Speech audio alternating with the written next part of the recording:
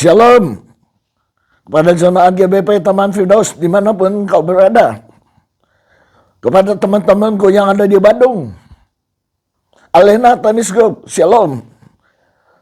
Kepada SAC, teman-teman yang ada di seluruh Indonesia, Shalom.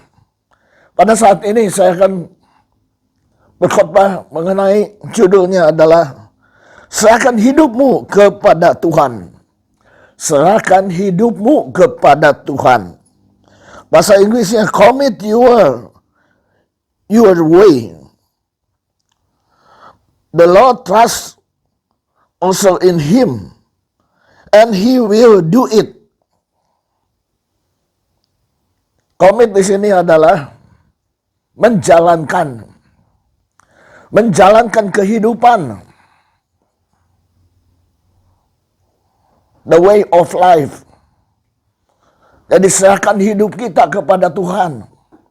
Waktu kita serahkan hidup kita kepada Tuhan, baru Tuhan bisa bertindak. Otomatis kita harus percaya kepada Tuhan. Serahkan, percaya, Tuhan bertindak. Bagaimana kita serahkan hidup kepada Tuhan? Kalau saudara tahu, di asrama ada peraturan-peraturan jam makan. Pagi jam 7, siang jam 12, malam jam 6. Lampu harus dimatiin. Jam 10 harus mati semuanya. Ada peraturan-peraturan tersendiri. Jadi begitu juga di tentara, disiplinnya lebih hebat lagi. Bangun jam 5, olahraga saudara. Sampai jam 8, baru mereka makan. Bayangkan aja, ada peraturan-peraturan yang ketat sekali. Tapi mereka harus taat, mereka harus patuh. Karena mereka dikendalikan oleh pimpinan mereka. Kita juga serahkan hidup kita kepada Tuhan. Biar Tuhan yang memimpinkan kehidupan kita.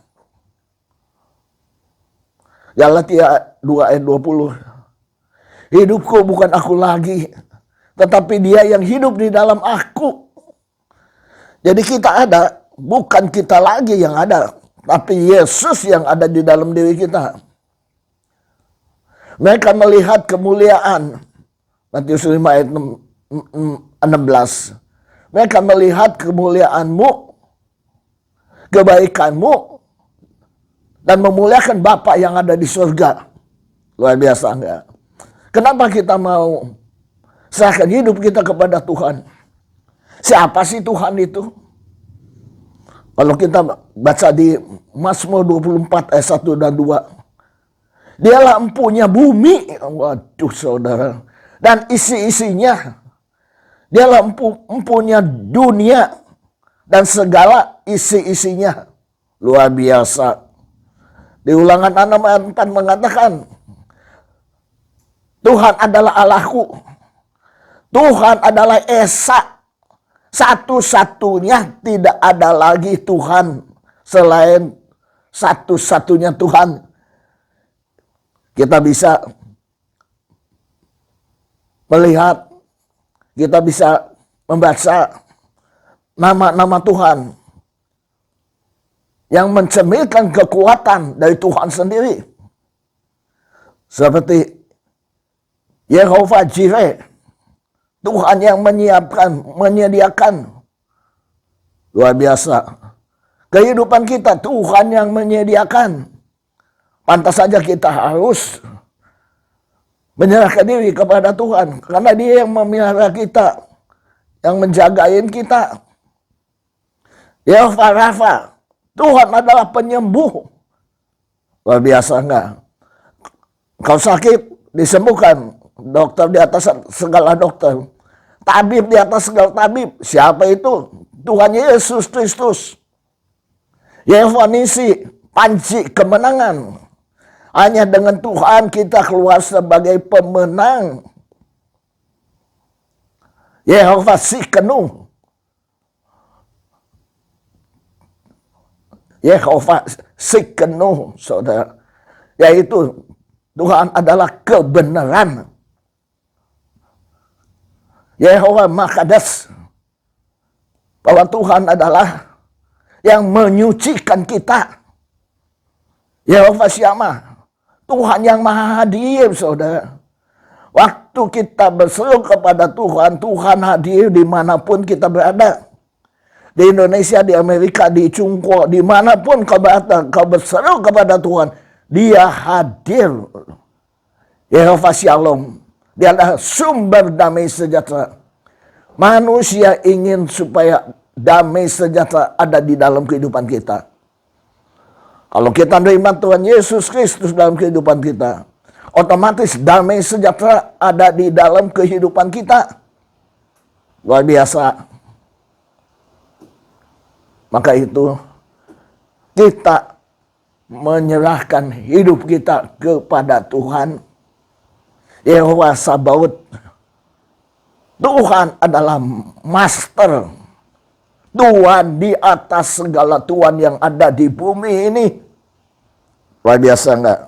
Itu luar biasa, saudara. Kalau kita baca di Yesaya 9 ayat 5, Tuhan adalah penasehat ajaib, Allah yang perkasa, Bapa yang kekal, Raja damai. Wah, luar biasa. Itulah julukan Tuhan. Jadi kita harus percaya kepada Tuhan. Percaya kepada Tuhan. Saudara percaya kepada Tuhan? Saya percaya kepada Tuhan. Efesus 3 ayat 12. Masuk kepada Allah dengan penuh kepercayaan. Kita dengan penuh kepercayaan. Kita menyerahkan kehidupan kita penuh kepercayaan kepada Tuhan. Saudara, luar biasa, luar biasa. Saudara percaya kepada Tuhan? Saudara percaya Tuhan itu ada? Saudara percaya bahwa Tuhan itu hidup? Kita percaya, saudara. Seorang yang jalan di tali di air terjun di Kanada. Mereka percaya. Apakah saudara percaya saya bisa jalan di tali ini? Mereka bilang percaya, percaya, percaya. Kalau gitu, siapa yang mau digendong aku untuk jalan di atas tali? Saudara, tidak ada satupun yang berani digendong, padahal dia percaya. Umumnya manusia percaya batasnya hanya di batas mulut saja. Umumnya manusia seperti itu, saya tidak salahkan. Tapi umumnya karena iman mereka belum sampai taraf berani mempercayakan diri 100% kepada Tuhan. Tuhan adalah pelindungan kita. Kalau kita baca di Kisah Rasul 16 ayat 31. Tuhan adalah keselamatan kita. Percaya kepada Tuhan Yesus Kristus dan kau akan selamat, engkau dan seisi rumahmu. Kita percaya kita selamat, seisi rumah kita. Yang kedua, Tuhan adalah perlindungan kita. Mazmur 62 ayat 8. Percayalah kepadanya setiap waktu, hai umat. Curahkanlah isi hatimu kepadanya. Allah ialah tempat perlindunganku. Wah, luar biasa, saudara. Saudara kalau baca di Perjanjian Lama, ada namanya Goshen. Umat percaya tinggal di Goshen. Waktu itu ada lalat pikat, saudara, menyerang kepada Israel. Tapi Tuhan katakan, tidak akan terjadi di Goshen, karena itu adalah umatku. Aku ada di negeri ini. Bayangkan aja.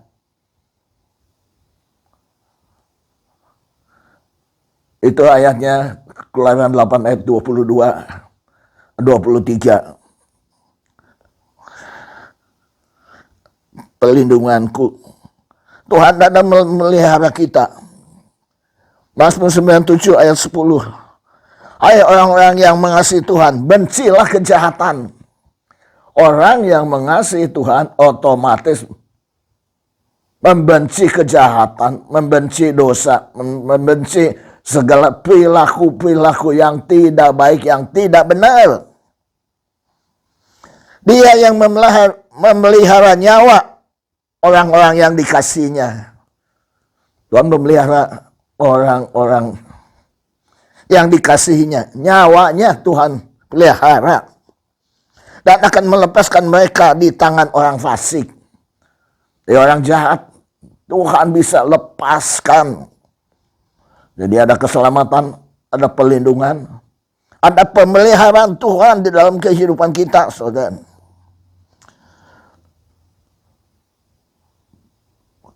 Kalau gitu bagaimana kita caranya untuk supaya kita taat akan Tuhan?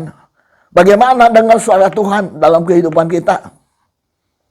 Kalau kita baca Bilangan 22 ayat 2 sampai 20 mengenai apa? Mengenai Bileam. Bileam dipanggil oleh Balak untuk mengutuki Israel. Jadi dipanggil oleh Balak Raja Moab untuk mengutuki Israel. Suruhannya datang ke Bileam. Kata Bileam, ngineplah di sini. Aku akan mendengar suara Tuhan malam ini. Kalau Tuhan katakan iya, saya akan pergi. Tapi kalau Tuhan mengatakan tidak, saya tidak akan pergi. Tuhan berbicara langsung. Di Perjanjian Lama, banyak Tuhan berbicara langsung. Tuhan berbicara kepada Abraham. Tuhan berbicara kepada Yosua, saudara. Bagaimana bicara dengan Yosua? Yosua 6 ayat 1 sampai 5. Bahwa Yeriko, benteng Yeriko, rubuh, saudara. Bukan dirubuhkan, tapi Tuhan yang merubuhkan. Dengan cara Tuhan sendiri. 7 hari dikelilingi. Dengan 7 imam. Dengan bait Allah 6 kali dikelilingi. Pada hari ke-7, 7 kali dikelilingi. Waktu sangkakala dibunyikan secara panjang dan mereka memecahkan kendi-kendi dan bersorak-sorai. Waktu itulah jatuh, runtuhlah. Luar biasa. Dari mana? Tuhan yang menyuruh mereka langsung, saudara. Jadi audible, mereka bisa mendengar suara Tuhan. Itu yang luar biasa, saudara. Waktu Tuhan bicara melalui nabi-nabinya. Hizkia, saudara tahu Hizkia, waktu sakit, hampir mati. Yesaya bin Amos mengatakan, Tuhan katakan waktumu sudah sampai saat ini, kamu akan mati. Yosua, Hizkia lari kemana, saudara? Tidak lari kepada manusia. Dia lari kepada Tuhan. Dia nangis di kaki Tuhan. Dia katakan, Tuhan, aku kan telah taat kepada Engkau, patuh akan Engkau. Belas kasihan-Mu kepadaku. Waktu Yesaya bin Amos belum keluar dari pekarangan, Tuhan sudah berbicara. Kembali lagi. Kenapa? Bahwa Tuhan telah berbicara. Bahwa umur Hizkia diperpanjang 15 tahun lagi.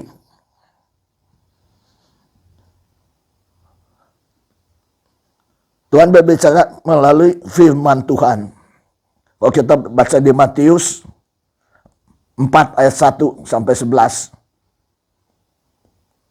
Ada tertulis. Ada tertulis. Berarti kan firman Tuhan. Waktu kapan? Waktu Yesus dicobai di padang gurun. Dia katakan ada tertulis. Iblis juga ada tertulis. Saudara bayangkan aja. Iblis tahu firman Tuhan.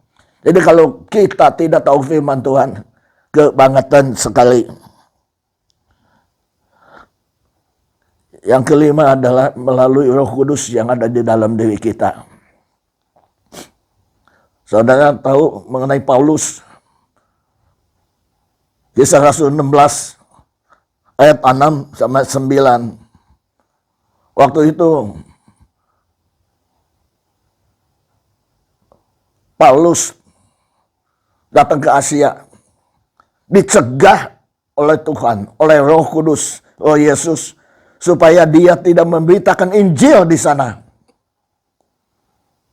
Waktu malamnya, dia dikasih penglihatan bahwa ada orang yang memanggil dia. Siapa itu? Orang Makedonia memanggil dia untuk ke sana. Dan dia tahu bahwa itu dari Tuhan. Sehingga ia pergi ke sana. Umumnya saudara, kalau saya dengar suara Tuhan adalah waktu saya doa. Waktu saya berdoa, saya mendengar Tuhan berbicara dalam hati saya. Dan ternyata benar. Banyaknya Tuhan berbicara waktu saya berdoa. Bagaimana kita bisa berhubungan dengan Tuhan kalau saudara tidak bisa mendengar suara Tuhan? Maka itu firman Tuhan perlu dibaca. Karena Tuhan berbicara dengan Tuhan. Tuhan bisa berbicara melalui pendeta. Waktu khotbah-khotbahnya bisa berbicara. Oh, itu untuk saya. Pas. Siapa yang menggerakkan? Roh Kudus. Waktu kita mempertanyakan. Pada satu saat, saya di Singapura dengan anak-anak saya. Anak saya lagi baca firman Tuhan. Dia tidak mengerti. Dia katakan, ini artinya apa sih? Nggak tahu. Besoknya hari Minggu, dia pergi ke gereja. Persis apa yang dia pertanyakan. Pendeta itu mengupas sehingga dia tahu. Ah, luar biasa saudara. Mengupasnya, dikupasnya.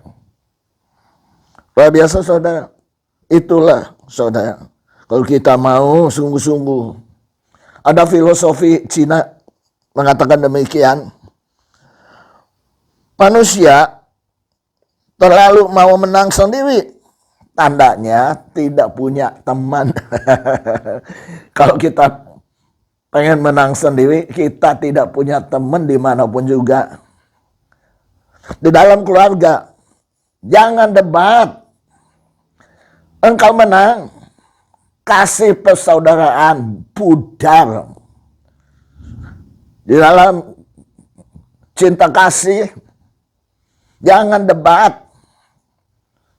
Cinta kasih akan pudar karena engkau berdebat. Walaupun engkau menang. Di dalam persahabatan, jangan berdebat. Walaupun kau menang, kau merusak persahabatan mereka.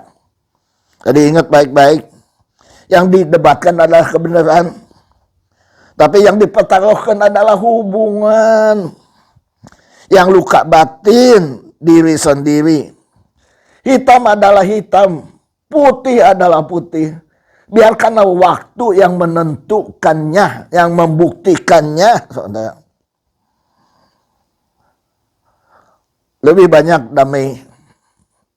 Lebih banyak kehangatan dalam kehidupan kita. Barulah hidupmu bercahaya.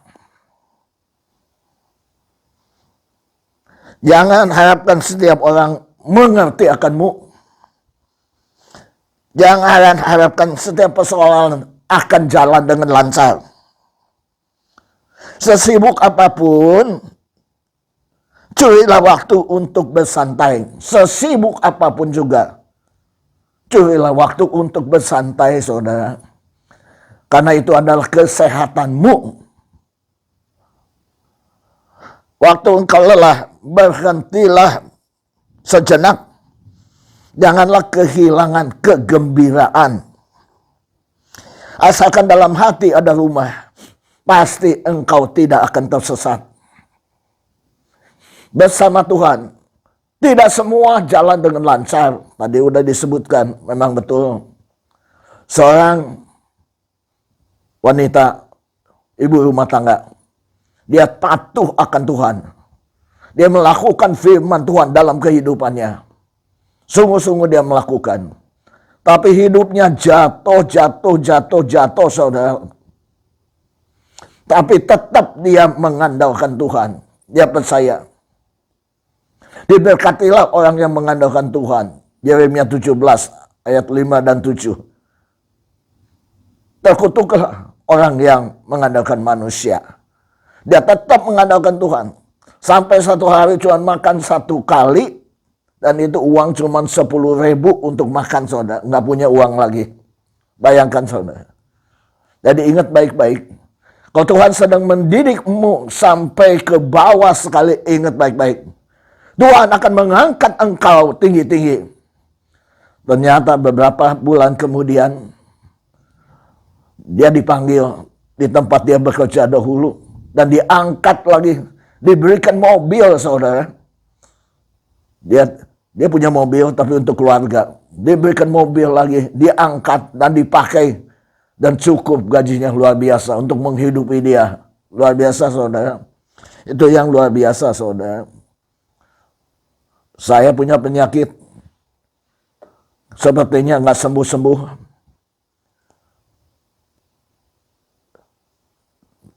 Yaitu ada benjolan-benjolan. Saya nggak sembuh, ke dokter manapun saya nggak sembuh. Ke dokter kulit manapun nggak sembuh, saudara. Tapi saya tetap baca firman Tuhan. Di Hakim-Hakim 20 mengatakan demikian. Orang Israel berperang dengan siapa? Dengan Benyamin, masih suku Israel juga. Karena gundiknya dibunuh, dimutilasi oleh orang Benyamin. Akhirnya perang. Orang Israel mengandalkan Tuhan. Dia katakan, Tuhan bagaimana? Siapa yang maju duluan? Yehuda maju duluan. Saudara tahu? Kalah, saudara. Tuhan beserta kita. Kalah. Hari keduanya dia tanya Tuhan, bagaimana Tuhan? Maju. Hari kedua kalah lagi. Mereka pulang nangis semua. Mereka puasa semua, puasa. Kata Tuhan, inilah harimu. Dan mereka nyerang lagi. Ternyata hari itu mereka menang. Itu menguatkan saya. Waktu saya berdoa belum sembuh, saya tetap berdoa. Saya tetap berdoa. Saya tetap berdoa. Sembuh nggak sembuh, saya tetap berdoa mengandalkan Tuhan. Dan sampai saat ini penyakit itu tidak ada lagi dan tidak diobati sama apapun juga. Luar biasa nggak? Itu yang luar biasa. Kalau engkau mengalami Yesus dalam kehidupanmu, engkau akan setia sampai mati. Tapi kalau engkau tidak mengalami Yesus di dalam kehidupanmu, engkau tidak mungkin setia sampai mati. Maka itu serahkanlah hidupmu kepada Tuhan. Biar dia yang ngatur segala sesuatunya.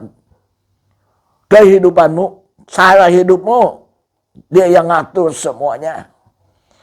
Sehingga engkau melihat bahwa kemenangan pasti keluar. Ayub, saudara, anaknya 10 mati, hartanya habis semuanya. Kita melihatnya aja sedih. Tapi itu kan belum kesudahannya. Waktu kesudahannya, Tuhan gantikan anak 10, bisa anak 10 lagi. Aneh nggak? Harta bendanya 2 kali lipat Tuhan berikan kepada mereka. Jadi ikut Tuhan itu melihat kesudahannya. Apa yang Tuhan inginkan di dalam kehidupan kita. Kalau engkau hidup sampai bawah-bawah sekali, Tuhan akan mengangkat engkau tinggi sekali. Kalau engkau tidak mengalami ke bawah, saudara tidak mengalami ke atas. Maka itu percayalah kepada Tuhan. Serahkanlah hidupmu kepada Tuhan. Kau akan melihat mujizat kemuliaan Allah menyertai kita semua. Amin. Tuhan memberkati. Sesuai kebiasaan kita, kita akan berjamuan kudus. Siapkanlah roti ini. Angkatlah roti ini tinggi-tinggi.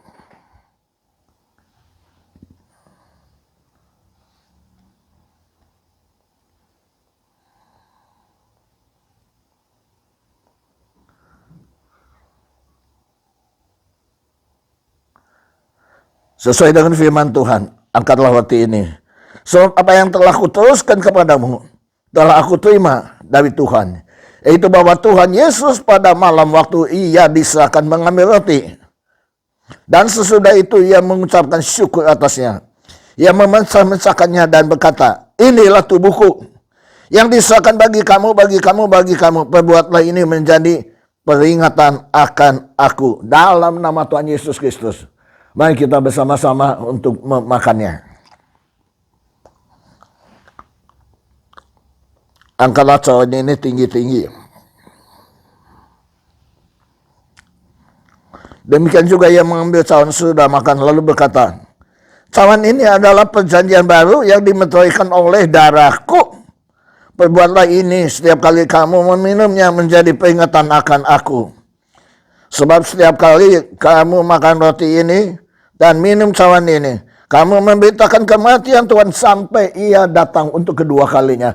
Di dalam nama Tuhan Yesus, mari kita bersama-sama meminumnya. Ucapkan syukur dan terima kasih dengan bahasa kita masing-masing. Terima kasih Bapa, terima kasih Yesus, terima kasih Roh Kudus. Engkau baik, sungguh baik, amat baik. Sehingga kami ada di sini, sebagaimana kami ada, karena kasih karunia anugerah yang dari Tuhan sendiri turun kepada kami. Terima kasih Bapa. Kami hidup benar, hidup takut akan Tuhan. Karena firman yang dibaca Tuhan meresap di dalam hati jiwa roh kami. Sehingga sungguh-sungguh kemuliaan Allah menyertai di dalam kehidupan kami. Terima kasih Bapa. Kami serahkan semuanya hanya di tangan kuasa-Mu. Bapak, Ibu, saudara-saudari, kalau engkau ada masalah, tantangan, pergumulan, sakit, penyakit, taruhlah tangan di dadamu. Dalam nama Tuhan Yesus. Tuhan Yesus yang maha tahu mengetahui anak-anakku yang sakit, yang menaruh tangannya di dada mereka. Tuhan jamah mereka, sembuhkan penyakit mereka. Bila-bila menyembuhkan dan sempurna, jadilah sembuh, jadilah tahir. Kalau mereka mempunyai masalah keluarga, masalah pekerjaan, masalah usaha, apapun masalah mereka, Tuhan yang maha tahu mengetahuinya. Kau jamah mereka, berikan kemenangan bagi mereka. Kami percaya, buka jalan bagi mereka semuanya. Kami percayakan semuanya hanya di tangan kuasa-Mu.